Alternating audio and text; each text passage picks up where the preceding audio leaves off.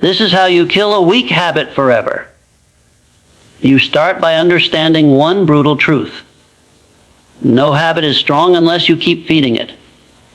Every time you repeat a behavior, you're strengthening its roots. And every time you interrupt it, starve it, and replace it, you're cutting those roots off one by one. A weak habit doesn't die by force.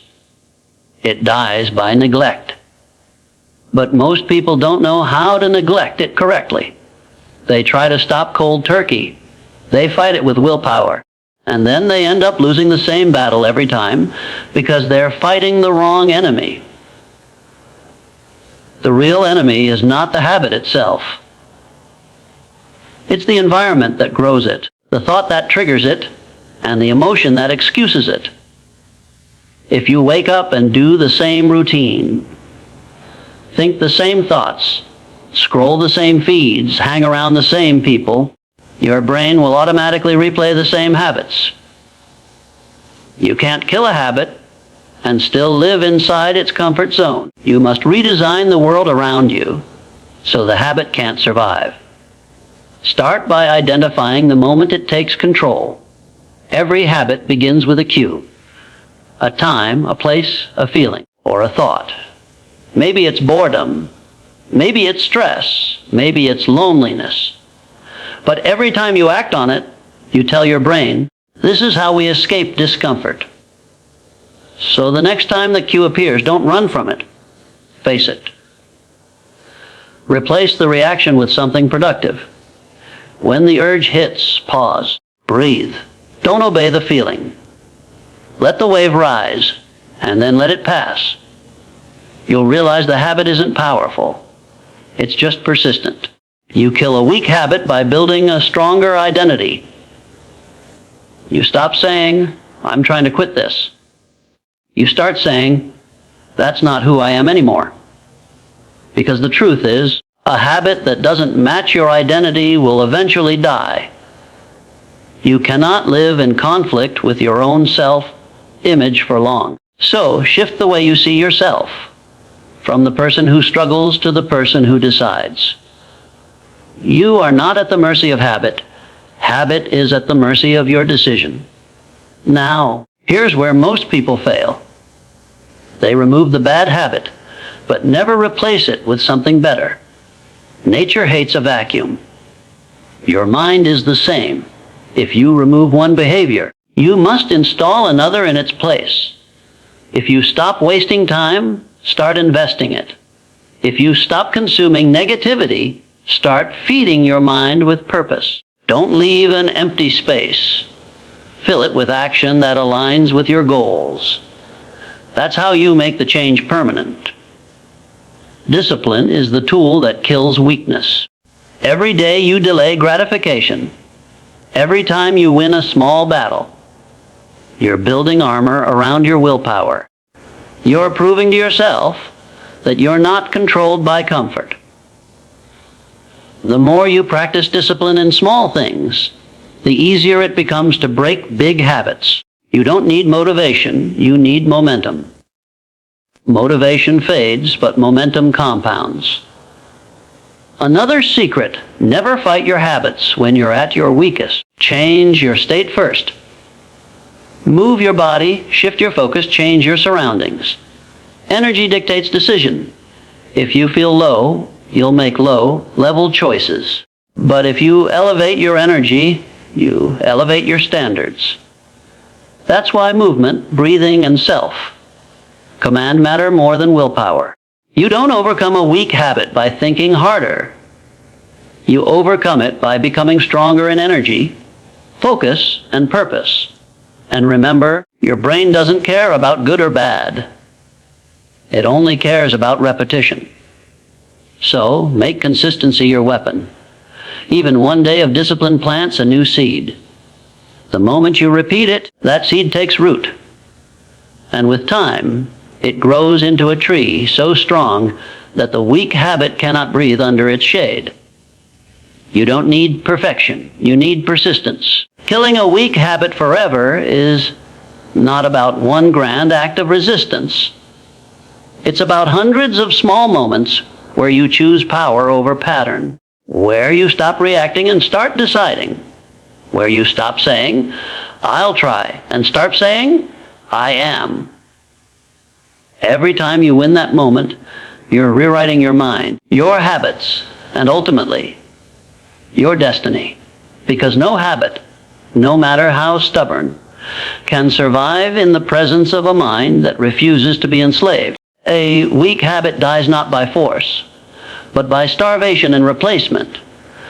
The reason most people fail to break their habits is that they try to fight them head on. They treat habits like enemies to be crushed with willpower. But habits don't respond to pressure. They respond to attention. The more you focus on the habit, the stronger it becomes, because energy flows where attention goes. When you say, I need to stop doing this, you're feeding it more energy, more mental space, more control. You're not starving it. You're feeding it with fear, frustration, and guilt. The real power lies not in fighting the habit, but in withdrawing the fuel that keeps it alive. Every habit is like a fire. It burns because you keep adding wood. The wood is your repetition. The daily choices, the small moments of surrender, the excuses you make. To kill the fire, you don't swing at the flames, you stop feeding it. You stop giving it what it needs to survive. You starve it of attention, of repetition, of emotional validation. When the habit no longer gets satisfaction, when it no longer feels like a reward, it begins to die quietly in the background. But starvation alone isn't enough. You can't remove something from your life and leave an empty space. The human mind hates emptiness. If you remove one behavior and don't replace it with something better, the old pattern will sneak back in when you least expect it. That's why replacement is key. Every time you feel the urge to fall into the habit, you redirect that energy into something that grows you instead of draining you. You're not suppressing the habit. You're transforming it. This process is not about deprivation. It's about redirection. The goal isn't to live a life of resistance, always fighting what you don't want, but to live a life of purpose, always feeding what you do want. A weak habit can only survive when it holds emotional power over you, when it becomes your escape, your relief, your comfort. Once you replace it with a higher form of satisfaction, something that gives you progress, peace, or pride, the old habit starts losing its grip. You're teaching your brain to associate reward with growth, not with destruction. Starvation works when you cut off every source that feeds the habit. That means changing your triggers, your surroundings, even your routines. If you always give in at a certain time or place, disrupt the pattern. If your habit lives in boredom, fill that boredom with action. If it lives in stress, train your response to stress. Every small change starves the loop that keeps the habit alive. Over time, the neural pathways that once felt automatic begin to fade. What was once a strong craving becomes a distant impulse, easy to ignore. You don't have to force your way out of a habit. You simply have to stop being the person who feeds it. When you consciously redirect your energy toward behaviors that strengthen your character, the weak habit has nowhere to go. It loses meaning, it loses reward, and it loses life. You can't kill a habit while living in the environment that feeds it. Every habit, good or bad, grows from its surroundings. The people you spend time with, the sounds you hear, the routines you follow, the spaces you live in, all of them shape your behavior more than your conscious decisions do. You can't hope to break free while standing in the same place that built your weakness. The environment silently reinforces your old patterns, triggering memories, emotions, and cues that push you back into the same behaviors you're trying to escape. Change cannot happen in a place that keeps reminding you who you used to be. When you stay in the same environment, your brain operates in automatic mode. You don't think. You react. You move through the same spaces, see the same objects, hear the same sounds, and before you know it, the old habit wakes up. It doesn't need permission. It just needs a familiar signal. That's why discipline alone often fails. The environment wins the battle before willpower even joins the fight. The secret isn't to try harder within the same setting, but to change the setting itself. You alter the cues, and you alter the behavior that follows. The environment is not only physical, it's mental and social too. Some people feed your growth, others feed your weakness. If your circle normalizes mediocrity, negativity, or comfort, it becomes almost impossible to rise above it. You might have the best intentions, but their energy pulls you back down. You begin to mirror the people around you because your brain craves belonging more than change. To kill a habit, you must sometimes outgrow the environments and people that keep it alive. Growth demands space, and that means surrounding yourself with influences that push you toward your higher standards. Even small environmental shifts can create massive change. Move your workspace. Change your routine. Rearrange your surroundings so they no longer trigger the same automatic behaviors. If your phone keeps distracting you, don't rely on willpower. Move it out of sight. If you associate certain times or places with unproductive habits, break the pattern by being somewhere new at those moments. Every adjustment you make weakens the habit's grip because you're interrupting the rhythm it relies on. Your mind and environment are partners. One reflects the other. When you live in chaos, your thoughts become chaotic. When you live in clarity and order, your thoughts begin to align. You can't build discipline in an environment that constantly tempts you to be undisciplined. You can't develop peace in a space filled with distractions. The outside world must serve the inner transformation you're trying to create. When you start designing your environment around the person you want to become, the old habits lose their oxygen. You no longer depend on willpower. The surroundings themselves begin to support your goals. You walk into a space that reminds you of progress, not weakness. You meet people who hold you accountable instead of enabling your excuses. You fill your day with cues that trigger growth instead of decline. That's how real transformation begins.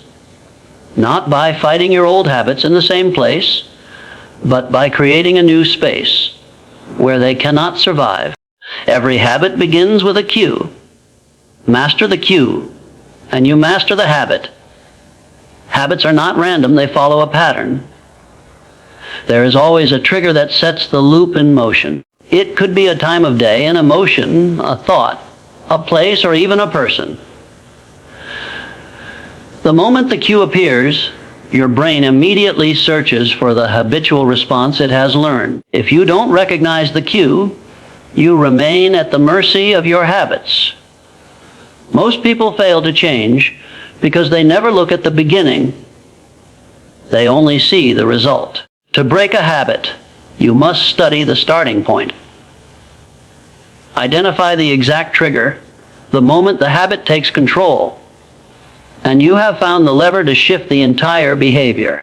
Cues are powerful because they bypass conscious thinking. When a habit is triggered, the brain doesn't deliberate. It reacts. That's why bad habits feel automatic, almost impossible to resist. But when you pay attention to the cue, you regain control. The first step is awareness. Notice the feeling, the thought, or the environment that comes right before the habit. Track it without judgment. Awareness is the key that opens the door to change. Once you can see the trigger clearly, you can disrupt the automatic response that follows. Disruption is the bridge between habit and choice. When the cue appears, instead of sliding into the usual behavior, insert a pause. Stop for a moment, breathe, and give yourself the space to respond differently. The pause is deceptively simple, yet it holds enormous power. It interrupts the brain's autopilot and gives you a chance to decide. The cue no longer controls you, you control the cue. Over time, this pause becomes a habit itself, a new pattern that weakens the old loop and strengthens the new one. Cues also hold the secret to replacing habits. You can't just remove a habit. You must attach a new response to the same trigger. If stress triggers snacking, you replace it with walking, journaling, or deep breathing. If boredom triggers procrastination, you replace it with a productive action, even a small one. The brain needs a response, and by providing a better one, you slowly overwrite the old habit. The cue remains the same, but the outcome changes. Understanding cues also teaches you to control your environment. If certain triggers are unnecessary or avoidable, remove them. If certain cues are useful for new habits, reinforce them. By shaping the cues around you, you shape your behavior. You can't always change life's events, but you can control the signals you allow into your mind. When you surround yourself with cues that promote growth, success, and discipline, the habits that emerge naturally align with your goals. Mastering cues transforms habits from an external force into an internal choice. You begin to see patterns before they manifest. You stop reacting to triggers unconsciously and start responding intentionally. The mind that once served old habits now serves your purpose. By mastering the cue, you gain control not just over individual habits, but over the way your life unfolds, moment by moment, choice by choice, action by action.